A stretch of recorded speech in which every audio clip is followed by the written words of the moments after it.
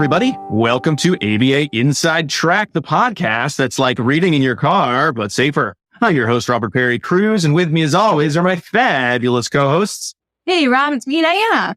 Hello, it's me, Jackie. That was getting very close. I thought you were going to Lionel Richie. Yeah, I thought we were going to get in trouble because it's not a parody. You know, we're going to get sued.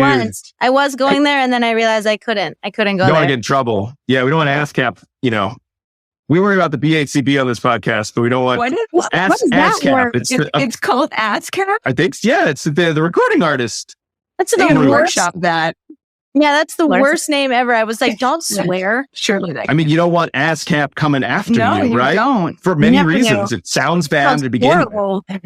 Yeah, but this isn't a podcast about how to use fair usage law to your advantage when using songs on your intro section. This is a podcast about behavior analysis and behavior analytic research, where every week we pick a topic and discuss it at length in some relevant research articles. And sometimes we're even joined by a special guest. And I'm glad we have this special guest because I've had a lot of free time lately because some of the skills that I need to be using in terms of working well with others and collaboration, I probably need a little bit of a brush up because no one wants to invite me to their meetings anymore. So I probably wouldn't announce it here. We would have had a conversation about this. Well, but I just want to make sure I keep getting invited to the meetings, you know.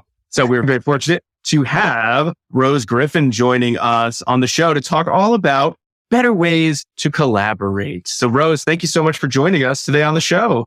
Well, I am delighted to be here, and I have been a fan of your podcast and a listener for so long. So to be able to put faces to the names and the voices, I am really thrilled to be spending this time with all of you. Oh, and That's thank awesome. you so much, We're big Rose. fans of yours as well. Thank So you. thanks for coming on. Now, Rose, we talked about collaboration on the show, but you come to being a behavior analyst from a little bit of a different angle than the majority, well, certainly than us and almost every single one, except for maybe one of our previous guests, to the idea of collaborating. Could you tell us a little bit more about yourself and your professional background? Yeah, absolutely. So I became a speech therapist. My mom actually gave me a career test my senior year, and it came out that I should be a speech therapist. Did not know what that was. I love that you did it. did it. You're like, Hey. all right, the test Yeah. results are in. Here I Yes. go. Stick to a plan. I observed a family friend, and we were at a school. We worked in home health, a nursing home. And I thought, wow, this is amazing. You can work with people every day. You're making a difference. And that was it. I started on my path. I became a speech therapist. I did that. And my second year, I started working at the Cleveland Clinic, now called Learner School. And it was a non-public program for learners who had unsafe behavior that was a barrier for them being in a public school. And that's where I really learned about applied behavior analysis. And I always call it my autism boot camp. I fell in love with helping students who were traditionally very hard to help. And I had a student who was 18. He had absolutely no way to communicate besides navigating his world with his behavior. And we were able to help him use a static AAC device. And I remember him signing music for the first time.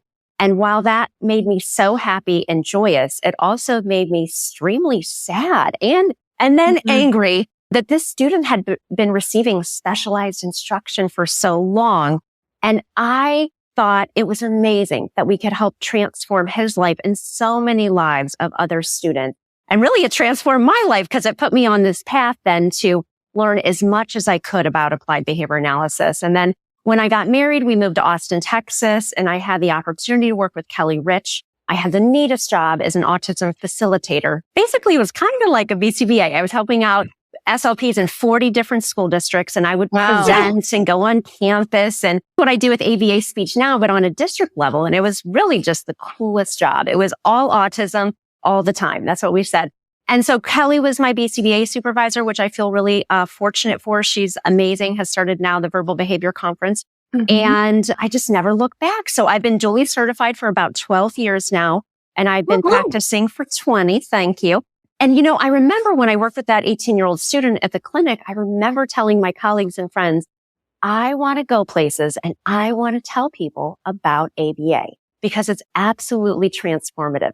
So I am really just living out my dream by being able to have my own business at ABA Speech, and to be able to share and disseminate in ways that are really kind of like professional like this, or like silly with my TikToks and social media. And so I really just love sharing, because I never want an autistic learner to not have a way to communicate. And I really want professionals to feel supported too, because we don't always learn what I know in graduate school. So I'm here to help people on their journey and helping students that are traditionally hard to reach or stuck in therapy. Excellent. That's a great background. And so do you enjoy talking about collaboration, or did you want to talk a little bit more about collaboration because you collaborate with yourself all day in both roles? So you have like way more fluency than the average person who's only got one certification. Thanks, Rose. Yes. There are less than 515 people who are duly certified as speech therapists in BCBA. So sometimes online you may hear us call ourselves unicorns. Yes, unicorns. And so it is kind of, some days it's a fun place to be, and some days it's kind of tricky. But I love talking about it. Yeah. Do you ever have to, in your roles, switch your hat out, or do you feel like you can wear them both simultaneously? Yeah, I always say the way that I do speech therapy is probably different, right? Because of a BCBA. So I'm looking at it through a different lens. Like, I don't know a lot of speech therapists that are going to put together a task analysis for students that are working on a vocational job at a high school, but that's how I do it. And I don't know many that are going to urge parapros to take data and I'm going to do binder reviews, but that's just how I do things. There are some things that I do that I'm getting paid as a speech therapist, and some things I do where I'm getting paid. Obviously, when I teach my ethics class here at Kent State, I'm getting paid to be a BCBA. So, but for me, it's just so very fluid. It's hard for me to like separate the two. You really do wear the unicorn horn. Mine too. All proudly. Here it is. All right. So we're going to be talking a lot more about, collaboration as, from the lens of speech and language pathology, as well as certainly behavior analysis. But we've got 2 articles and then a very helpful piece that Rose wrote for SLPs about behavior analysis. So Diana, what will we be discussing today? All right. So like you said, we have 3 things to review. They include an oldie but a goodie, one that we love to talk about and love to revisit: maintaining professional relationships in an interdisciplinary setting, strategies for navigating non-behavioral treatment recommendations for individuals with autism. That's by Broadhead, published in Behavior Analysis and Practice 2015. And then we will also be discussing standards for interprofessional collaboration in the treatment of individuals with autism by Bowman, Suarez, and Weiss. That was also published in Behavior Analysis and Practice 2021. I got them all out of order here. All right. And then another article that was published by Rose, and it was, I believe, it's taken from asha.org. So ASHA.org, titled 10 Tips to Help Initiate and Maintain a Collaborative Process with Behavior Analysts. Excellent. Yeah. So I think we should probably start, as much as I feel like we could all be like, we're going to skip it's important to collaborate. We're just going to get right into the how to do it. But I think it is still a relevant conversation starter of why is it important to work well with others? Some of that because I'm sure everyone, and please tell me if I'm wrong and I'm the crazy person here. Everyone has a day where they're working with other individuals to support a client, and everyone's ideas just sound so wrong. They're just so wrong.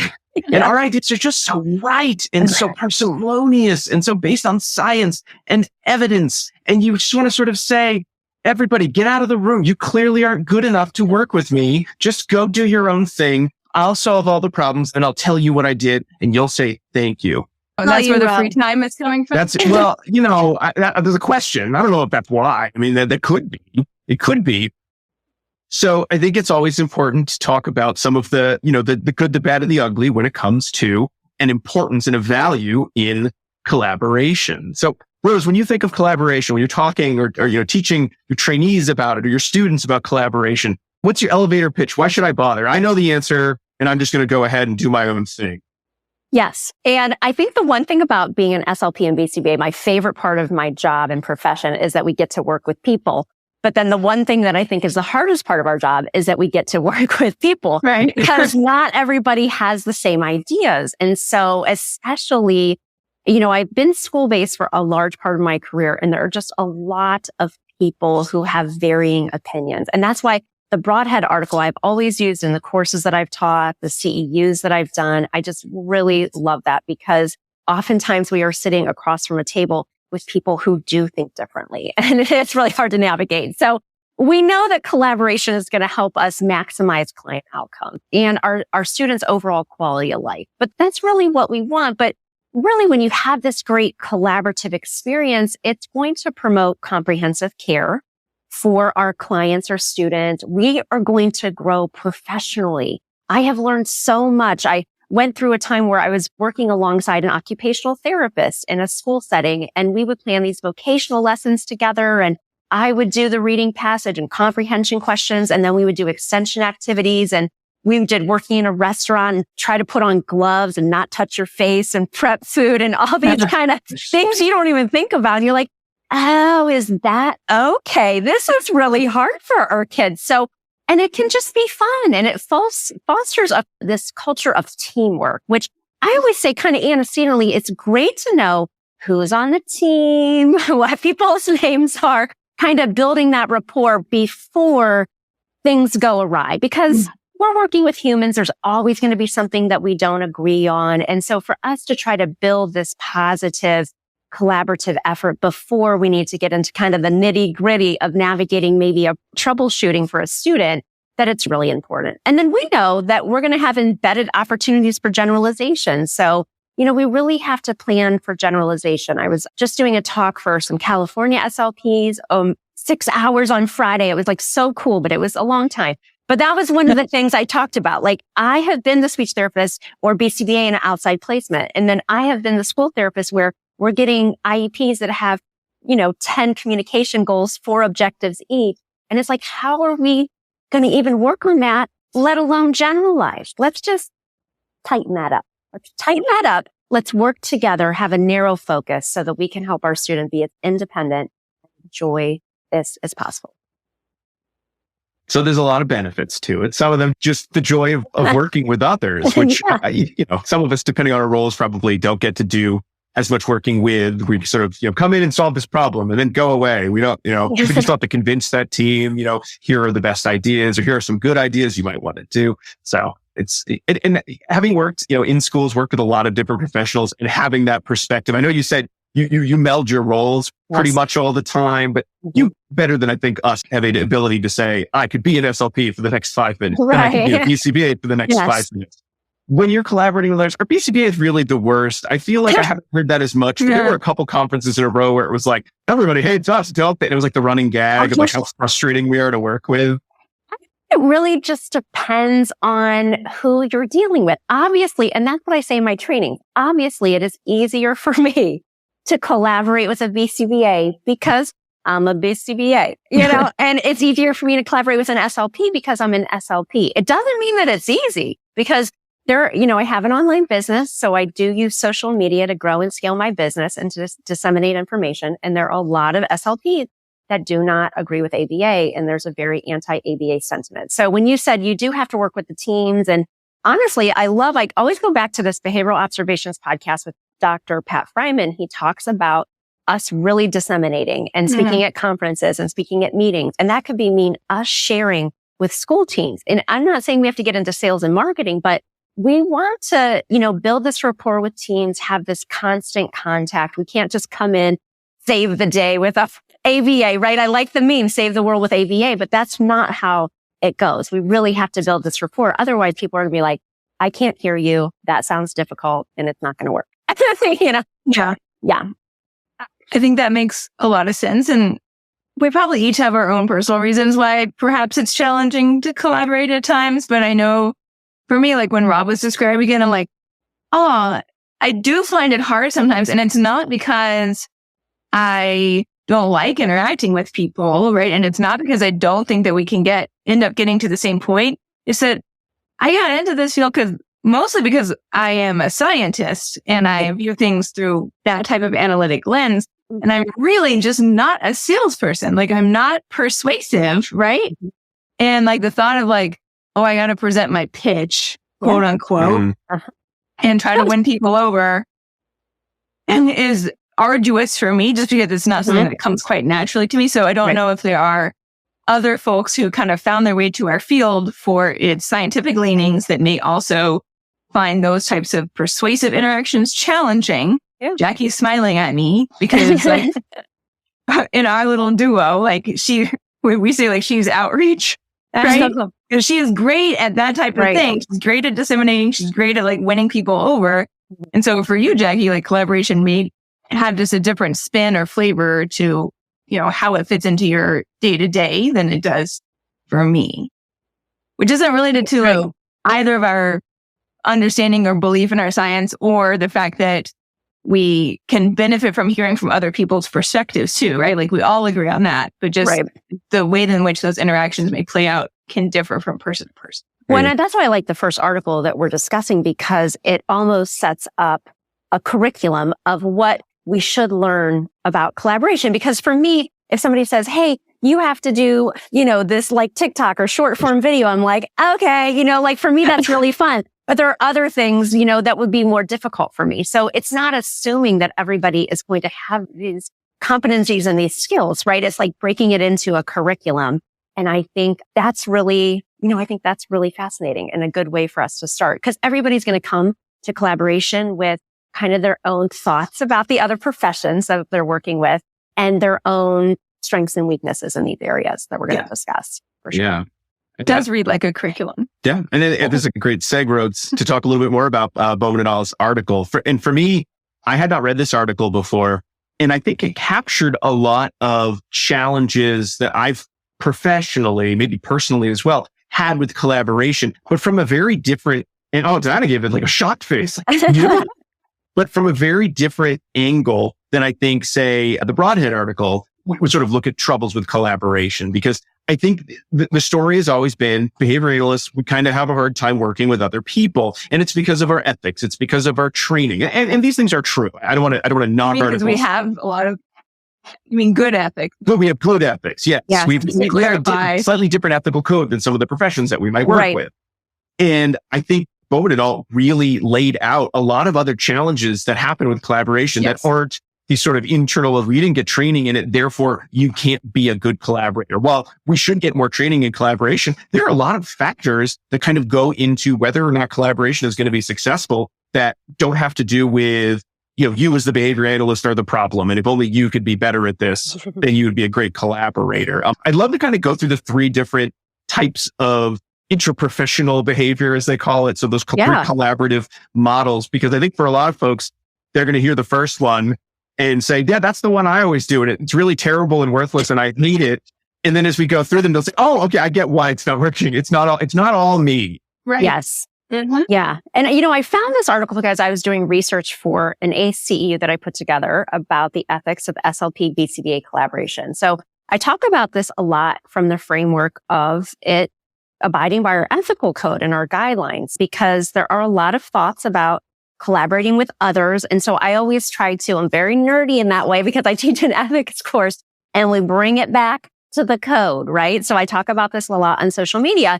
And I also love this article because I feel like it's so easy to read through, and there's visuals associated with the different models, which I really love a visual. I love it's so good. You can always go back to it. You don't have to reread the whole article. You can just look at the visual. Yes. And people will, when I'm putting together my slide decks for my talk, I love to. I did this whole speaking mastermind, and they said you really should have more pictures and not all the text, which I know goes against what we do as behavior analysts. I mean, sometimes I'll put the charts up and, the front title of the article, but to really draw the audience in, you will remember these things after we talk about them. So, multidisciplinary is professionals primarily work in parallel. The communication is minimal, and our focus is on discipline-specific tasks. So that is what most of us would say, okay, I mean, that's how most people are, collaborating. It's like we're all here. We want to try our best, but we're in these silos. And there's a lot of barriers to collaboration, which I know we can get into. And, sometimes it's time, right? Time's a huge problem with that. But so they say the visual for that one is a salad. So are you a salad? We're all different. You're the carrots. I'm the tomato. You're the romaine. We're all kind of different. Then we're kind of getting closer to where we want to be is interdisciplinary. So tasks are coordinated. There's frequent communication. Yay. We talk about that a lot. Shared goals and responsibilities, which I talk about a lot. and discipline roles are maintained. So this is more like a soup or a stew. I love the idea of shared goal setting. That the times that you can't get into this is, for insurance authorization. So you have to think about your funding source. But in a school, oftentimes we would write goals that were shared with the teacher, or the outside consultant would help, or I would, as the BCBA, would write a goal. So having these shared ideas and responsibilities, because really communication is usually what our students need a lot of support with. And we're all here on the same team. So if that sounds familiar, then you're a soup or a stew. And then really kind of where we want to aspire to be is a cake. Okay. A cake. So this is transdisciplinary, where there's role release. Like, when I had Dr. Cindy Gavarter on to do a talk for us, I don't know if you know her, but she is a BCBA PhD, and she is a wealth of information, does research, and has a lab in AAC. It's like, okay, yeah, this BCBA knows about AAC. I don't. Let them do some stuff, but this gets into like your personality traits, and, we got to learn to do some of that. And then role expansion, integrated expertise, shared problem solving, unified treatment plans. And a lot of people have a lot of trouble with this. When I spoke at OHABA this year, and there were some really important people in the audience, which I didn't know were going to be there. Dr. Hjord was in the audience, and I had this picture. He was presenting before me, and it's an ethics talk. So all 300 people stayed, but it was amazing because he was so interactive. But I had a picture of a student with a device, and I said, who does this device belong to? Does it belong to the speech therapist? The audience? No. Does this device belong to the BCBA? No. This device belongs to the student. Yay. And I think when we're kind of on this continuum of being more of a stew or a cake, then we can roll with that. We understand that this is this role release, role extension. And I think that we get into, now I work in really collaborative areas, obviously, because I'm choosing my positions and things like that. But there are a lot of people who get into a lot of arguments around AAC, ECOIC training, and it's really called, PECs. Oh boy. Yes. I was just reading something about that before I came on. Me too. Wow, find the same post there. So it's hard. So those are kind of the areas, and kind of aspiring, so asking yourself at baseline, are you a salad? Are you a stew? Or are you a cake? Yeah. And seeing where are we at right now? And what do we aspire to be? And I just love that analogy. I feel like it's so perfect, right? Because a salad, the things are together, but they could just be taken right back apart and nothing would have changed about them. Right. A stew, flavors are melding, right? So you're benefiting from one another's experience and expertise. And then a cake is completely transformative because chemistry has happened. So pieces can no longer be taken apart. It's everyone's influence together that creates something brand new. They could only have been done with that combination of ingredients. So beautiful. Yeah. And I think when you lay out these sort of, the lofty model and are we moving towards transdisciplinary means, I think a lot of folks might say be excited about that. Some might not be. But when we kind of talk about what are some of the challenges, I know that, and this might be the one that you say is probably the top one too, Rose. I'm not sure, but I know reading the article, it definitely is one of those, well, if the organization is not set up to allow for trans or interdisciplinary collaboration, they're not allowing for time, they're not allowing for meetings, they're not, setting up data systems so people can easily share this information. If they're not touting it as one of their values, you pretty much always end up with multidisciplinary, and everyone gets together, once every couple months to be like, here's my report. And everyone's like, I didn't really read it. And I'm not paying attention while you talk, because who cares? I'm going to leave in, 30 minutes and go back and do whatever I was doing because your work is irrelevant to me to some extent. So I would say organizational barriers often are one of the death knells of how good your collaboration is going to be. Would you agree? Or is there another one that you've seen is this is actually the killer I mostly see when I'm looking at teams kind of falling apart with their collaboration? Yeah, I think that's a big one. I think the other thing is time, but it goes back into, is it important for the organization? There is a lot that you can do when you have a will to collaborate and you have access to a shared Google document. It sounds simplistic, but that's the way when I was working in a non-public program, when I was working in a school, either as a BCBA or SLP, I was very creative. because I'm extremely driven. I want to practice at the top of my game. Obviously, I want to do what's best for my clients, but I try to be extremely efficient with my time and having a framework. So if I have this shared Google Doc with the team and I have the correct emails, okay, that's one barrier, right? And they actually look at it. Okay. Like when I was working in a non-public program as a speech therapist, I would, do the assessment, I would create the goals, and then I would have a running log for targets. Well, that doesn't seem like much, but I was only there one day a week doing speech. So then the other days they would just go right to the document. And so it sounds hard, but you have to try to be a little detective. You have to be a detective and say, how can this work? How can I do this? Can I do a quick Zoom? One thing I did in a school was we had every Wednesday, the students had late start day. So some days we had to meet with the district and do, the district initiatives and all the other things. But the other days we met as a team of teachers and therapists and outside consultants and BCBAs.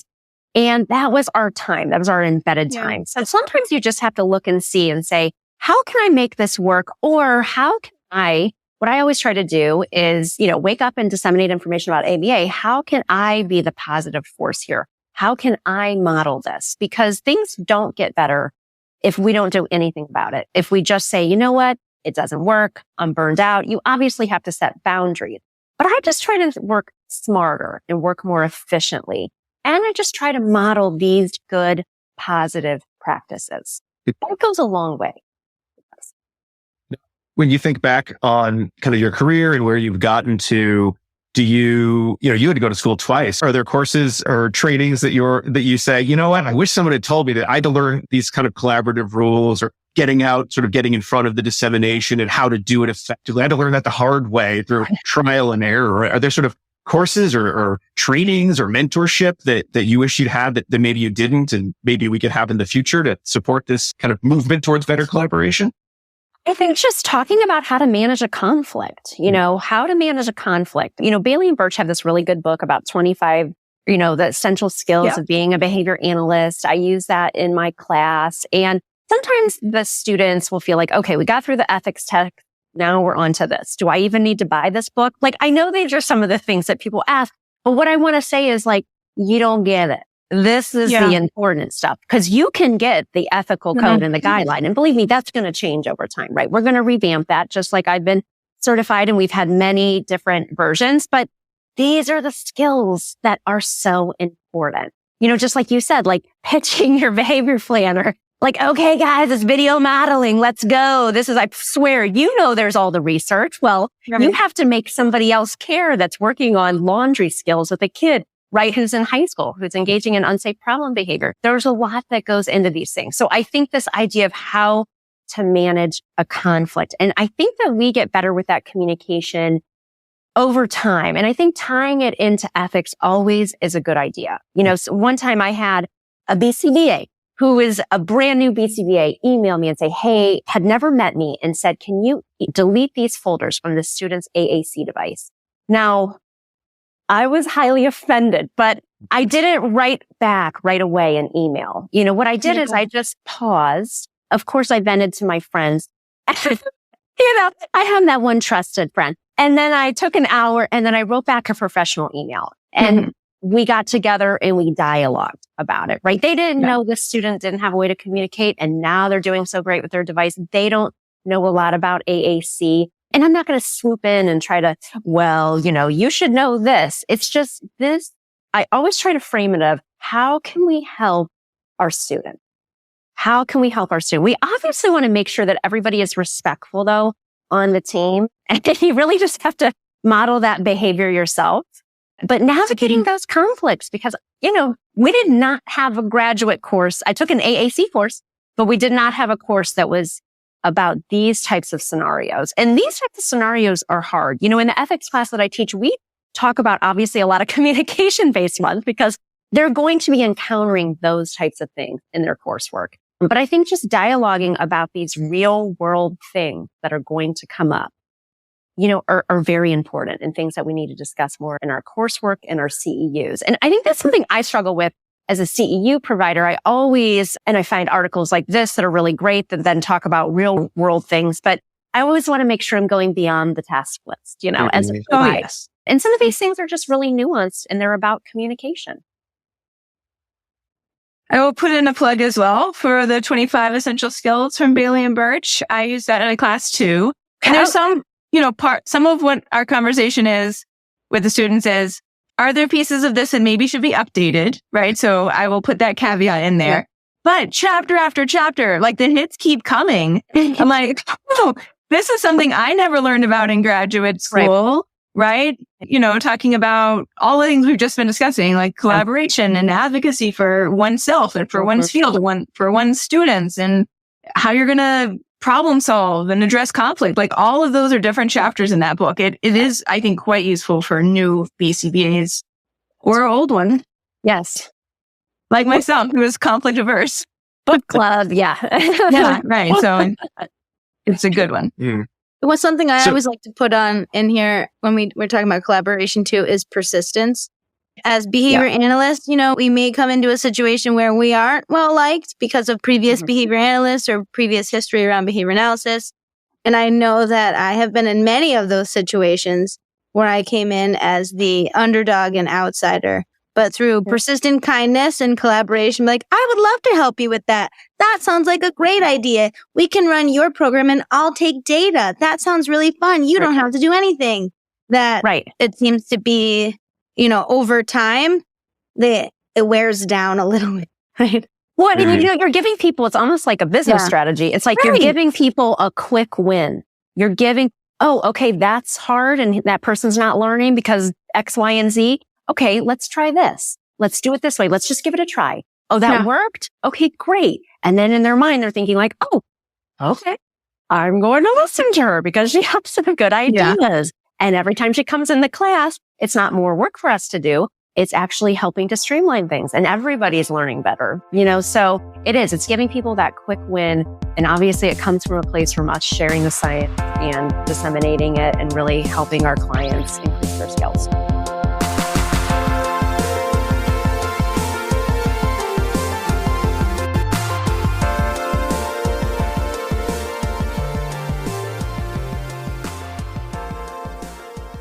Do you want to be a BCBA? Sure, we all do. Now you can come to Regis College in Weston, Mass. to get your graduate degree. Choose from any one of these courses. Masters of Science in Applied Behavior Analysis. Masters of Science in Special Education. Dual degree in Special Ed and ABA. Or be eligible for your postmaster's certificate. You can complete your degree and be ready to sit for the exam in 2 years. And our 2017 grads had a 100% pass rate on the BACB exam. Come enjoy practicum placement support, ethics mini handbooks, PhD-level professors, small class sizes, and a service trip to Iceland. If interested, don't delay. Supplies are limited. Learn more at regiscollege.edu. Again, that's www.regiscollege.edu, regiscollege.edu. One more time, www.regiscollege.edu. See you there!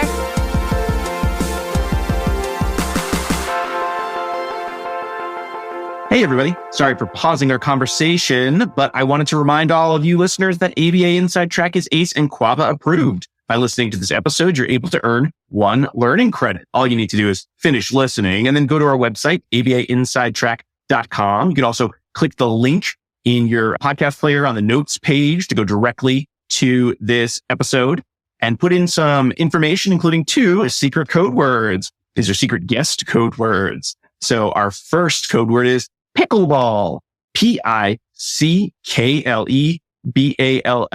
I've been told it's a game that's kind of like tennis, but with a shorter court.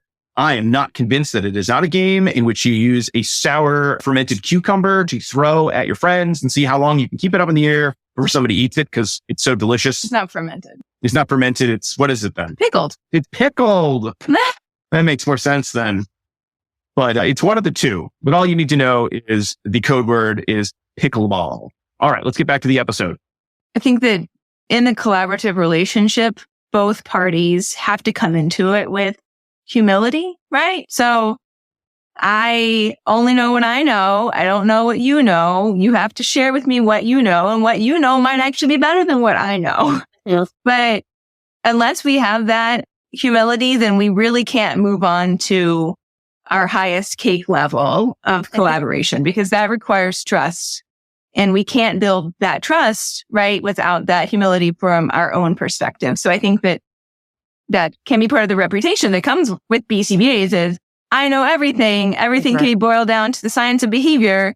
Well, just because it can be doesn't mean that someone else doesn't have a super important perspective and a long learning history with success for their learner.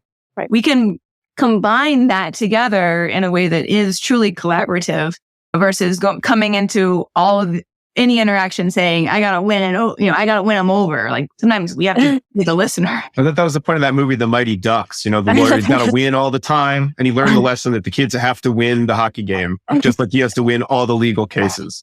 Was that the message? That was the heartwarming message of Mighty Ducks. Was that it? You should always win no matter what. Yes. Not worth winning if you can't win big. Was that the point? And that was the bad guy. All I do is win. Yeah, right. They wrote a song about it. Yeah. How does society expect us to be good collaborators with these mixed messages they send us? So Ridiculous. confusing. So confusing. Well, I really liked in the Bowman article how they had sort of put together the kind of a checklist. Here's you can do your assessment about where you fall on the transdisciplinary collaboration scale. And they had, like you were saying, Rose, a really big focus on how we communicate, making time for communication, what we communicate, the message we communicate with our science, but also with our ability to listen about other sciences. But I know for some folks, and this is like I still worry about sometimes, how do I know when I've crossed the threshold of I am a good collaborator, so I'm learning about other people's science, to that sort of fear of, but now I've been poisoned by these other disciplines. And so I'm just throwing out like all these ideas. Like, I don't want to make anyone mad. So sure, what therapy? Yeah, that's just as valid as my therapy. So pick and Like you need a choose. checklist, Rob. That's one way to do. Well, that's if I want to say to someone, your idea is bad in a way that doesn't sound like your idea is bad.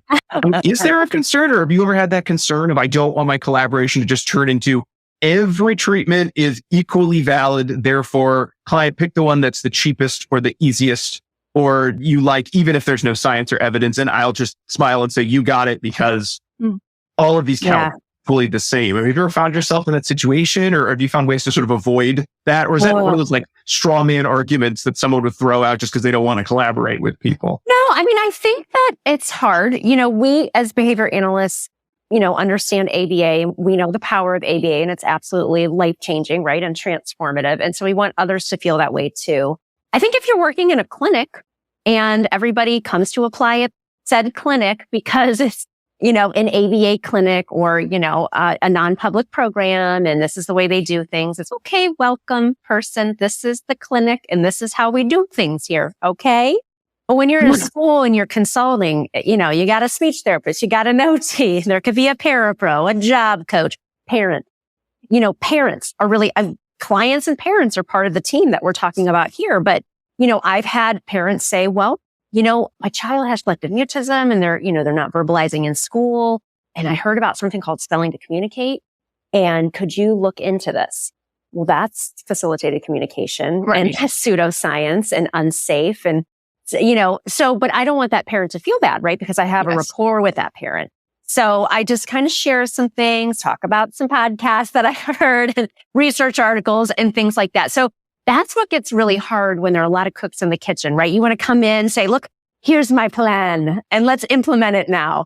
But that's what's really hard about consulting in schools, which is important work and we need to do it. But not everybody has that same background. And to go back to kind of what Jackie said, you might be talking to a teacher who had a run-in with a really nasty outside consultant, or you might be talking to a speech therapist who heads up a Facebook group called Neurodiversity Collective. And, it's just, you don't know what the bias is when you come to that table. So I think that's a big part of the communication too, is we obviously need to have humility, but it would be nice to take a little peek into the learning history of people when you come into the IEP table. So how many BCBAs have you worked with? And were they nice? Or did they say things like, where's your data for that? And what research article does that come from? So I think everybody's coming to that table with a different set of expectations. But that is why we kind of have to come and do not a song and dance, but we do have to have an appealing way to share our scientific and evidence-based information.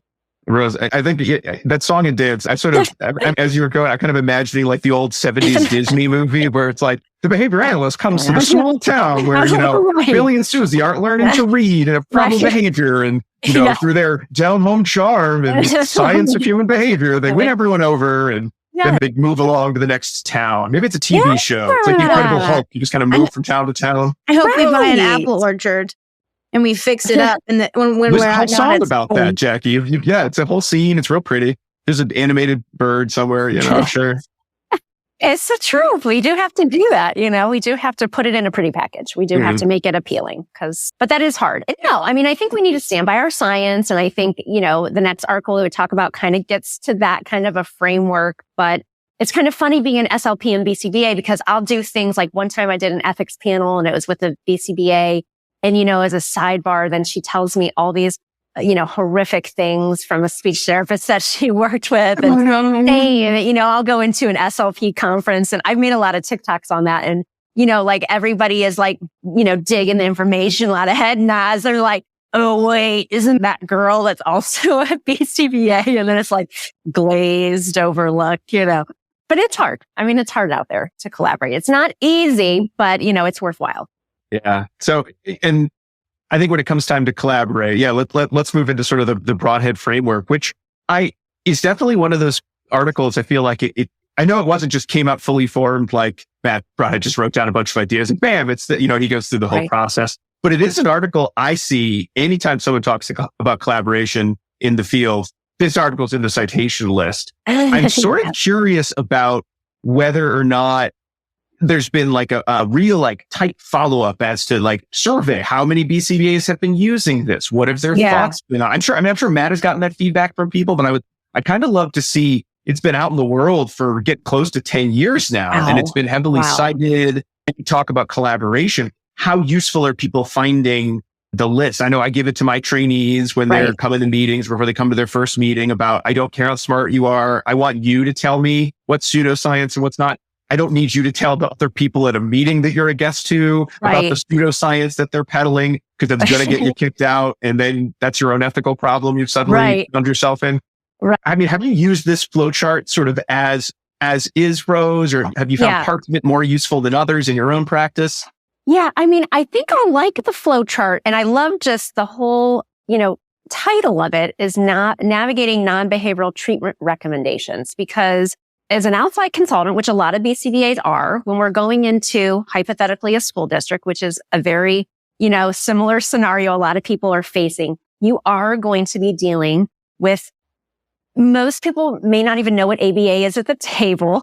Number two, they may have a bad taste in their mouth about what ABA is because they're on social media or something like that. So I think it's such a real world article. And the reason that I've used it for so long, I can't even remember how I came across it, is that I just like the fact that he says things like, well, if the first thing, like you're talking about not getting invited to meetings, it's like, that's like the old school kind of BCBA where somebody is very passionate talking about intervention, and then the BCBA maybe isn't even listening. They're just saying, well, what research do you have to back that up? What research article is that from? Where's your research from that? And I think what's so powerful in that article is that Dr. Broadhead says, when we use statements like that, it's fine for us to feel that way. And it's fine for us to kind of navigate these situations. But when we immediately say things like that, it erodes the professional relationship. I love that. Erodes the professional relationship. Because we can all think of somebody where we've had a moment where a professional relationship has been eroded, and trying to win that person back, even though we have science and we have this job article, they don't care and they don't want to listen to anything that we have to say. And so that gets really tricky to navigate. So I loosely follow this, in my real life. But when I'm doing ACE courses and CEUs and talking to people about it and my students, for a long time, we didn't have a book before Bailey and Birch updated their text.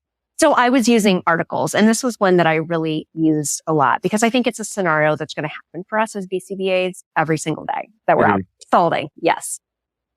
I know one of the things that I loved about the transdisciplinary idea is that just being in an environment where you've already gotten over yourself in terms of that, well, my science is this, and Right. it's part of our daily work together or weekly or however long that we're going to share science, that we're excited to say, hey, here's my treatment idea. And here's the research. We talked about it at lunch last week. Or remember you were asking, I've got this. Right. And that's the expectation. Because I know in Broadhead, it's that, as much as many of us might think, oh, well, asking questions, people love to have questions where did you get that research? Or could you share some articles with it?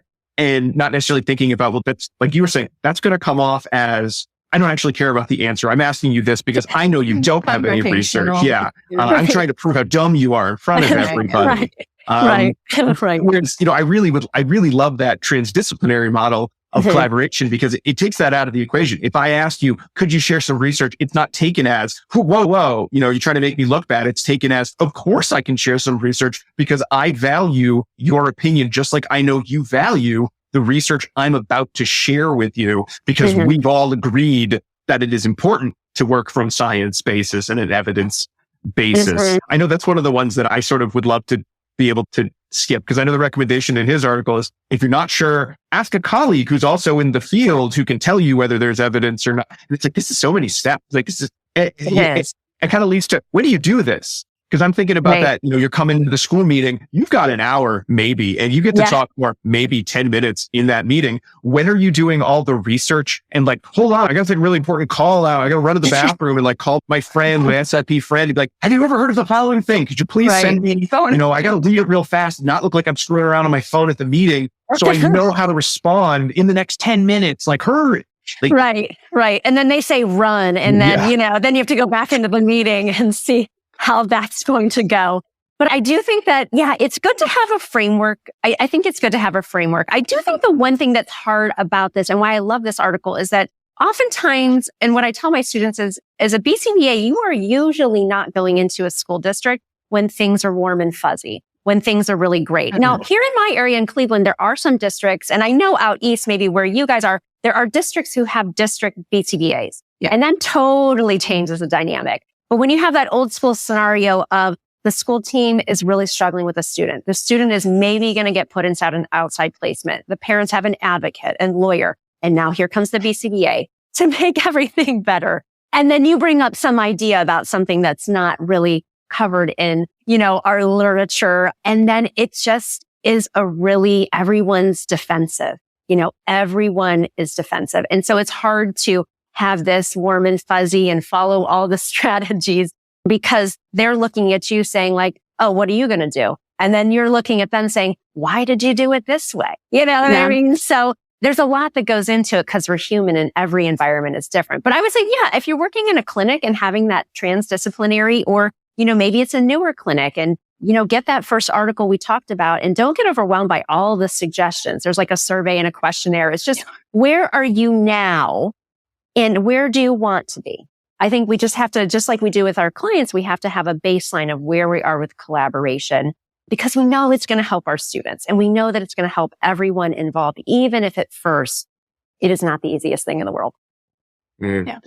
Rose, your scenario actually made me think another question. And I don't know if we have any, we can use some of our frameworks, I think probably to answer this or kind of discuss it out.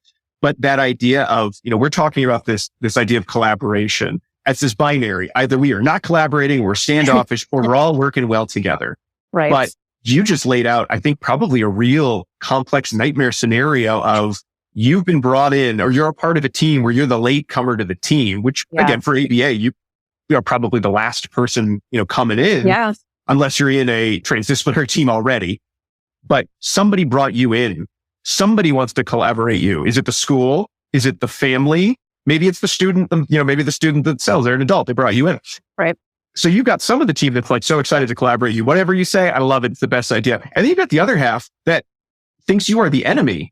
And you now not only have to navigate working well with the entire team, but also the idea that you might not actually be a part of that entire team. And so how do you collaborate meaningfully? Because it might be one thing to say, well, mom and dad hired me or the school district hired me. I'm going to throw out my ideas. If some of you hate it, who cares? I got paid. I'm telling you what I was told to do. I know half of you are going to say, brilliant, bravo. The other half, I know you hate it because you are mad, you're fighting. Not my problem. Bye-bye, everybody. Here's my report. But then we know in terms of our ethical responsibility to the client are just being like, here's the thing I wrote and some of you love it and some of you hate it, but I have to leave now. Bye-bye. My planet needs me. Yeah. It's not really meeting our expectation. So where do we even start with that level of collaboration? Is it the humility? Is it that our plan was just so dang good and easy? Like, what do we do there? Yeah. Well, and this happens to me when I present too for groups. Usually when I go into a room of BCBAs, I usually like that because everyone's like, oh, wow, she's a unicorn. She's got stuff to say. Oh, we can ask her about that one speech therapist. But, when I go into a room of speech therapists and I do these district level trainings, oftentimes the SPED director has hired me. So it might be because like one speech therapist is on my email list or one person urged them, but that doesn't mean the 5 others to the right of me are, well, we had this BCBA come in and she did, boop, And so I can tell, I can see, who's on board and who's not. But I think it goes back to kind of differentiated instruction, how we use like with our students. If I'm running a speech therapy group and, I have some students who are able to conversate and some who are using a device, every student is going to need a little different, where the whole main goal is communication. Right. So our whole main goal is collaboration to help the student. So the parent may need a little different communication style. It goes back to the first article, right? And this person who had a BCBA that was mean to them, needs a little different communication style. And this person who is in school to become a BCBA is our fan, and is, our captive audience. So I think it really is, even if you just kind of anecdotally in your mind are like, okay, I see you. You kind of know what each person needs and how to communicate with each person. And obviously you are there to do a job, right? As school-based or we're insurance funded, we have goals and the IEP is what we said we would do. So if there's BCBA services on there, you know what? We're going to provide BCBA services and we're going to document it because you are going to come across people who are not ethical, that are not abiding by our code because believe it or not, speech therapists have an ethical code too. We don't take a whole class on it like we do as BCBAs, but we have a code, we talk about it, and collaboration is in there. Is everybody fulfilling that code and ethically collaborating? Absolutely not. But there's a lot of BCBAs out there that are talking about crazy stuff online too. So not everybody is doing that. I think it's just we have to say, this is what we said. We came in here. We have a job to do. If said person is not doing it, we have to try our best and document our efforts. And that's the ugly part of being a professional, right? Not everything is going to be warm and fuzzy. And that's what the code is too, right? The code does say that we have to try our best and write everything down. And so that when later on they're like, why didn't you try to communicate? You can say, I did, but maybe, I could have done better, but here are all my efforts. So then it aligns with our code. Yeah. Yeah, exactly. That happens. I mean, that happens in real life. When I worked in Austin, we had a teacher and I'd go out and nobody had visuals and the devices were in backpacks. And, I went out and did all my stuff. And, after a lot of documentation, that teacher was no longer with the district the following year. Not because of just me, but I really feel like we go to school for such a long time and we all obviously feel so passionately about helping others that if somebody is not doing their part, if somebody is sabotaging us, we really do ethically have to document that because we are here to do a job and that is to help our clients. Mm-hmm. So it really does seem like that song and dance. If you don't have your song and dance prepared, everyone spend a little time, next weekend writing it out because you want to make sure you enter with that. So no matter the situation, whether you've got to have half a team that already hates you or likes you, whether you suddenly find you're collaborating with someone who is clearly not interested in collaborating with you and is possibly doing things unethically, you at least know that you have done your parts and maybe some of the Bowman checklist pieces and the broadhead flowchart piece kind of help you inform what you want to make sure is in your song and dance so that you're not missing any big parts, in terms of your communication. Collaboration. Too hard. It's too hard. Let's not do it. Let's just go back and be like, I'm here and I'm very smart. I went to school a long time. I went to school for 2 different things. So I'm clearly way righter than the rest. I'm twice as right. Do as I say. I think you just wear sparkles. Yes. Go up in sparkles. Everyone will be like, what?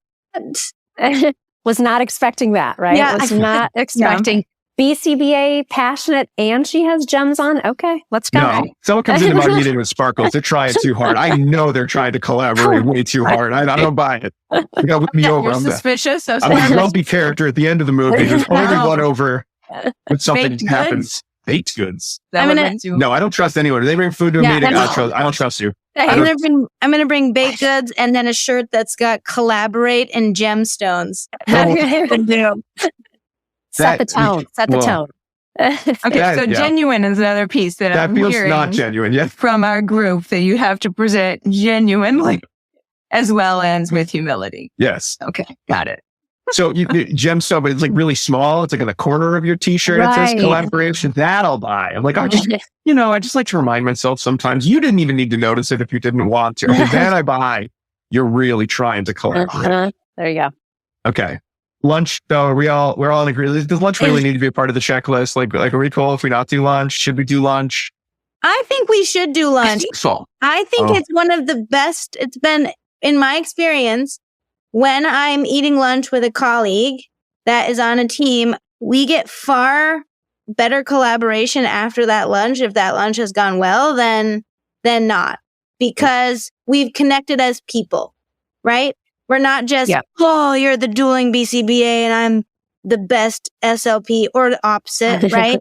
We're like, oh, we both like gardening and puzzles. Wow, there must be something more common here, right? If we both like gardening and puzzles, then what meets the eye?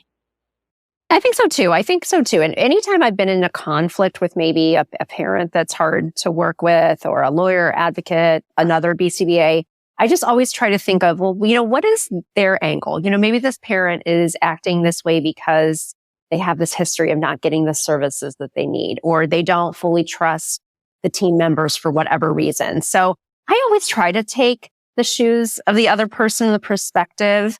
But, we have to be treated respectfully too. I think that's the thing that goes with collaboration too, is that if somebody is talking to you in an unkind way, which we can probably all like, oh yeah, this one time, hit me up on Instagram, let me know in the DMs. I get a lot of crazy messages from people like, you'll never believe what this BCBA did. And I'm like, okay, I can't solve this over a DM. But, people have stories to share and there's a lot, but we're all human, but we all have to have those respectful boundaries. But lunch, especially, I was thinking if the clinic or your employer pays, is always going to, I'll say yes to that. All right, you keep your receipts. It's all you can do. Yes. Yeah, I figured that within the context of this is an ongoing professional collaborative relationship that you want to build up and then sustain. Yes, absolutely. Yeah. Makes nurturing. All right. I think I would I'll probably eat lunch. I like lunch just fine, but I think I need more when it comes to collaboration training. I think back. And if you're somebody who knows me listening to this show, I'm not talking about collaborating with you, I promise. But there are definitely some. You loved having lunch with you. Definitely everyone's got those meetings where they're like, that person in that meeting made me so mad and I wouldn't go to lunch with them. But maybe it's a spiritual lunch of that idea of I like to use that Rose, taking the perspective of the other person, whether you're sharing a meal or not. So that context might be a good change of pace. I would love to talk a little bit about where you came up with your sort of rules or skills for collaborating SLPs and BCBAs, collaborating, kind of like where you came up with those, where the genesis of writing them down rather than just being something you just knew and did. Yeah, I think it's just the research that I've read and kind of my application, because I have worked as a BCBA, as a speech therapist. I worked in a school. I worked in a non-public program or the clinic. And that's really kind of where a lot of when I do trainings, I love to talk about the research, obviously go beyond the task list, but I like to also infuse. And tomorrow when you're at work, this is what you could do. And that's why this research is so important, and kind of building that bridge between what we do in research and what we do in clinical practice. And, the first step is really just take time to introduce yourself, because one time I was presenting with a panel here in Ohio about collaborative services. And I found out the day before that one of my clients had an outside speech therapist, and I had no clue. And it wasn't like the parents were trying to hide it, but I feel like such a sham, because here I am and thank you for gathering today and doing this big talk about collaboration. And here I didn't even know everybody who's on the team. So I think that goes a far way of just taking time to know, number one, who's on the team, making sure that you're building a rapport, and just that you know the people's name. I know that sounds so simplistic, But when you're working with so many different people throughout the week, just having that and having, permission slips signed so that you could talk to them. Because there are a lot more BCBAs that are working school-based. So you may have to have a permission slip to talk to the outside SLP or the outside OT. I think being able to share in dialogue about what things are going well and then what things you're having trouble with. And I think that goes back to the humility and saying like, yeah, we're struggling with this. Like, this is hard. I think that it's okay for us to say that. We can't be the best at data collection, the best at FBAs, and the best at communication training. Like, we all have our strengths, right? So being able to talk about that and kind of being able to share. I think having that ability to share in dialogue is important. But I think that it just takes time. And I know that's not like an easy answer, but like Jackie said, she's come onto a team and they were like, okay, and this is the BCBA here. And people are like, okay, yeah, I know some BCBAs. It just takes time for you to show up and be like, see me, I'm helpful. See me, I'm helping you, I'm helping the client. I think that is really just kind of me digging into the research and being in these different work environments, because every work environment is going to be different and have its own set of challenges. Mm-hmm. Rose, we talked so much about collaboration and sort of the implication being we're collaborating with other types of providers. So with the special education teacher or with certainly a family or SLP specifically. Do you think collaboration rules and steps for collaboration change when we're talking about sort of similar discipline levels of collaboration? I mean, are we focusing on other skills because we don't need to worry about the communication piece possibly as much because, we all speak the same jargon in that point? Or is it like, well, collaborating with people who aren't your field here are the skills you need. Collaborating with other BCBAs or other SLPs when you're an SLP, here's what it looks like. It's a different set, or is it all just sort of one big, here are the skills, they're good no matter who it is? I think now if you would ask me 8 years ago, I might have had a different answer, but I feel with the field of ABA growing so rapidly, there might be one BCBA who does X and another BCBA who says Y. I think it's really different. You bring up the good point, which I talk a lot about with my students, is using language that's understandable by all. We know that is in our ethical codes and guidelines, and I talk about that all the time. I'll never forget being a BCBA and getting newly certified. And, I've been training in the field for like over 10 years and had my business for 6 or 7. I was so excited and, used to talk about manding all the time in IEP meetings because I was just so excited to be duly certified. And I'm like, no, let's use the term everybody understands. If we're together and we're at an ABA conference and we can get really, do all the jargon and talk about all the research, I think that's really great. And there's a time and a place for that. But most of the time, the reality is that we're probably, if we're working as a consultant, we're going to be talking with people who don't know much about ABA. And I have been in meetings before. I remember one time I was in a BCBA mastermind when I first started my online business and somebody said, oh yeah, I use ASR when I do all my trainings. And I thought to myself, oh my gosh, what the hell does that mean? Like, I don't even know what that means, but it's active student responding. Obviously, I use active student responding because I have a little visual on my Zooms and you go in the chat and, and for some different providers, they do polls to make sure everybody's listening. And, that's called good presenting and good instruction. Right. But in that time with this new set of professionals, and I felt really kind of defensive, like, oh, and kind of like less than. Well, I don't know what that means. What does she even mean? So I think that we make people feel that way sometimes without even doing that on purpose. So I think that going back to that understandable language when we're out and about, just touching on that one more time, I think is important because we're called to do that. And there's so many examples. I'm sure we have been guilty of ourselves or thought about other people and they're like, nobody knows what that means in that certain setting. So I think that's important. But I think now with the field growing, I think these communication strategies still come into play because everybody's probably practicing a little differently. And we're also myself included. Right. Just kidding. Before, Rob, I was just laughing because I thought when you said, do you think collaboration rules? You were just I thought so too. Collaboration rule? Yeah. I thought the same thing too. And then I was like, oh, he's still talking.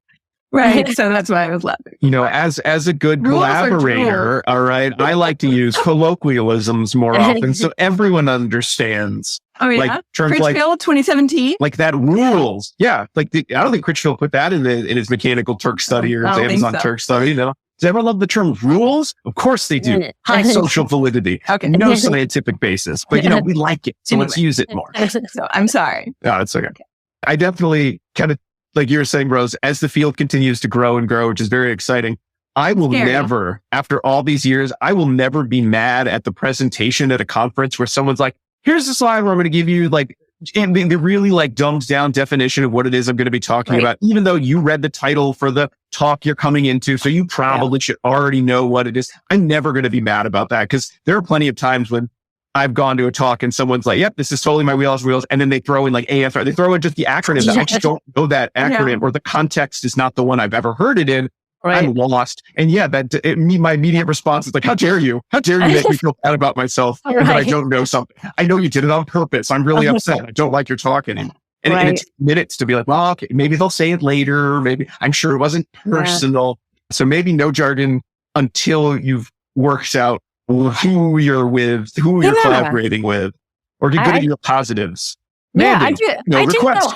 I do that all the time on the podcast. I'll have somebody super important, with their PhD and they're talking about something and I'll just say, let's start with a baseline definition because, I have some speech therapists tuning in, some parents, RBTs, BCBAs. It's, more of an eclectic group that's listening to my podcast. So I want to make sure we're all kind of on the same playing field. And I do that with all my trainings. I say, let's take a step back so we can take a step forward, so we're all on the same page because I never would want someone to feel that way in a meeting. Yeah. No one wants to ask the question, could you define that term for the other people? For the other, not me. I'm very smart. For everyone else. Because everyone knows it. Yeah. Everyone knows it's you. You don't know what it is and you're embarrassed. It's okay. Yeah. Another thing that you could do in that situation is actually own that you don't know what it is so that everyone feels okay not knowing things too in the situation. Mm-hmm. Right? If you're on a good model. And everyone, I'm like, I actually don't know what that means, anyone. So, right. And it's okay. I think that's okay. Right? Yes. Okay. You're brave, Jackie. Not everyone's as brave as you when it comes to being able to say, I can do it if I have students in a room because I'm like, everyone, I just wanted the model. We don't always know the answer, right? What a great person I am for admitting that I have no clue what's going on right now. Thank you. Yeah. But really, if it's not your field or if you're the parent in that situation, it can be really off-putting and make you feel really, defensive and embarrassed to not know what's going on. And I know I would be hesitant to reach out and ask.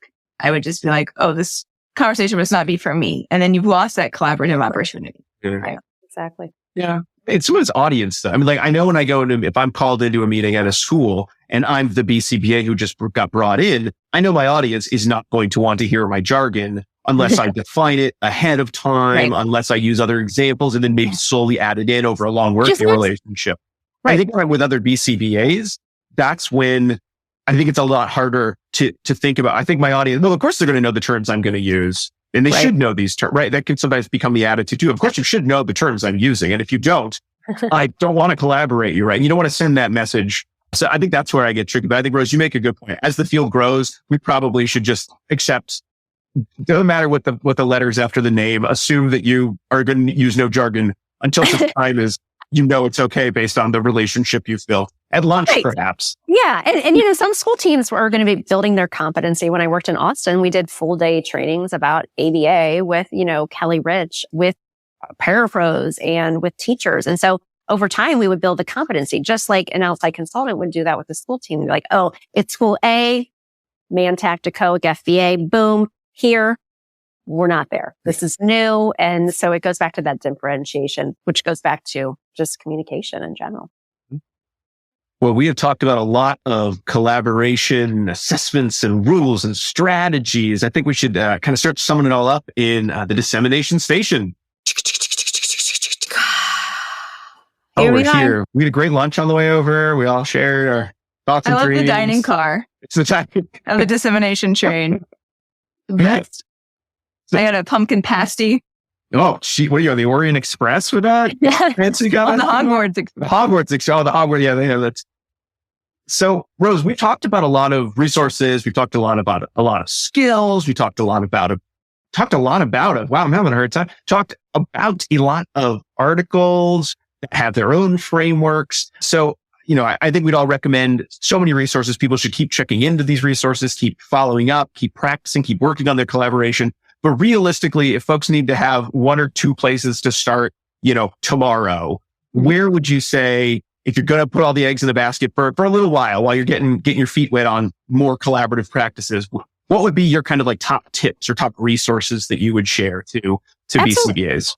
Yeah, I think these two articles are really good to either save to your desktop or print out. If you're old like me, I have my little visual here. And just, don't let it overwhelm you. Just look at where are you now. You can't go from not knowing people's names on the team to transdisciplinary and being a cake, right? Ask yourself, are we a salad here? Are we a stew? Are we a cake? I mean, even just printing that visual out, I think is a nice way for us to say, okay, this is where we are now. And where do we want to be? Not just because we want to be doing the best, which we all should want to do, but when we have better collaboration, we're just going to be doing better for our clients, and our clients are going to have better outcomes. So I think just going back to, you guys do a great job with, having the articles available and on your website and things like that, going back to the resources. And really, sometimes I'll listen to a podcast and be like, oh, that's so great. And then you're like, what did they say? So I'm like, just print one of these and then, start using it. You can always hit me up on my Instagram DMs or ABA Speech. I always get people's burning questions about being an SLP or a BCBA or about problems that people are navigating. We're an ASHA and ACE provider, so we like that because we can do trainings together. Oftentimes that's nice. So we kind of have this baseline of, just like you said, like we're all on the same level playing field here, and that can be hard for people. So yeah, I think that's a good place. Okay. So check where you are and then learn from there. Rose, I want to ask, so if you do a training and you have BCBAs and, folks from ASHA, so SLPs, do you do like trust fall type activities to start off? Do you do it to like get people in the mood for collaboration or? Yes, exactly. We do some virtual. You're going to have to attend one soon. It's a whole thing, the song and dance, I do it all. So it's like, oh, Rose, she's a BCBA. She seems nice. Okay. We like her. Yeah, something like that. We do something like that. Okay. Trust falls might be hard virtually. I feel like no one's going to catch you. So defeat the purpose. Can you just stand up right now and do a trust fall? No, I'll hurt myself. Boom. I'm not catching it. I know. Yeah, thanks. You're technically some collaborator. Yeah. Okay. I think that the role that you're playing in being this front-facing face of being both a BCBA and an SLP and demonstrating to both groups that you can have it all, right? And you can bring the ethics from both groups forward. And you're like the model of collaboration between the two fields. So just thank you for being that person. Well, thank you for that. I appreciate that. It's hard some days. Yeah. Well, Rose Griffin, again, thank you so much for coming on the show today. I know you mentioned it a couple times in the show, but just so, as people are listening, where can folks reach out and find out more about you and your work and, place to bother you through DMs or not bother you, but you send you messages? Yes, absolutely. Visit me at abaspeech.org. You'll see all my information, my courses and my podcast, and also the ABA Speech Connection CEU membership. Every month we do a live CEU, journal article reviews, and most months they are both ASHA and ACE approved. So I'm trying to really model that collaboration through not only my daily work, but also our CEU trainings, which has been really fun. And no trust falls required. It sounds no trust. like. Correct. You can do what you want, but it's not part of the class. Correct. It is optional. One more time, we want to thank Rose Griffin for coming on the show and sharing so much about her work as an SLP and BCBA, and about her learning about and what she has learned in her development about collaboration and collaborative practices. Once again, you can find Rose at her website, ABA Speech, where she continues to talk about this topic as well as others related to communication. She really is a national treasure. I had a great time talking to her. She was like the unicorn that makes sparkles come out of the butt. Wow. Yeah. High praise. High praise. But before we wrap up, let's go to the last section of the show, pairings. Diana, that's you. Oh, I thought you were going to do code words, but first it's pairings. Can't forget pairings. Pairings is the part of the show where I remind you or orient you to other episodes that you might want to go back and listen to in our library if you found that you liked this one. So I have a few to recommend, all related to collaboration in varying capacities. They include episode 26 all the way back, which was titled How to Talk to Non-Behavior Analysts Without Really Trying. I believe is that how that title goes down. A long-standing, highly downloaded episode. If you want to go all the way back and hear what we sounded like 7+ years ago. Somewhat more recently, you could also check out episode 124, which is on school consultation with Matt Jacoria of the Behavioral Observations podcast. You could also check out episode 188, in which we discussed collaboration with OTs. That was with OT Dr. Michael Roberts. You could also listen to episode 171, collaboration with SLPs. That is with another unicorn, BCBAD, SLP, Dr. Aaron Michaud. And you could check out our recent episode 255 on scope of comfort with Landria Green, who is also BCBA and SLP. In pairings, I also like to recommend a delicious snack to enjoy while you check out either this episode or previous episodes. So if you listen to this episode, you already might have an idea on what I'm recommending, but I'm making a twist on it. So my snack for today is the classic combo soup, salad, and breadsticks. We all know it. We all love it. If you already heard the episode, then you know that we talked about salad, stew, and cake.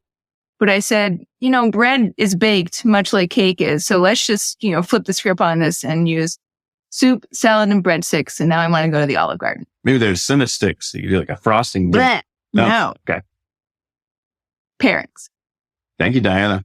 Well, with pairings over, it's time to move on to the end of the show with some big thanks. Certainly, we want to thank you, the listener, for listening to our show. You can subscribe on Apple Podcasts, Spotify, or wherever you like to get your podcasts. We'd really appreciate it if you left us a review on there of your thoughts so that other people could know about the show. You can also find our website, abainsidetrack.com, where you can find links to all of our previous episodes, as well as all of the articles discussed on this and all of our episodes. You can subscribe on our Patreon page, patreon.com/ABAinsidetrack, where you can get access to episodes a week ahead of time, where at the $5 level, you can also gain access to voting for our quarterly book club and our listener choice episodes, which will get you one free CE for listening in on the listener choice episodes ahead of everybody else.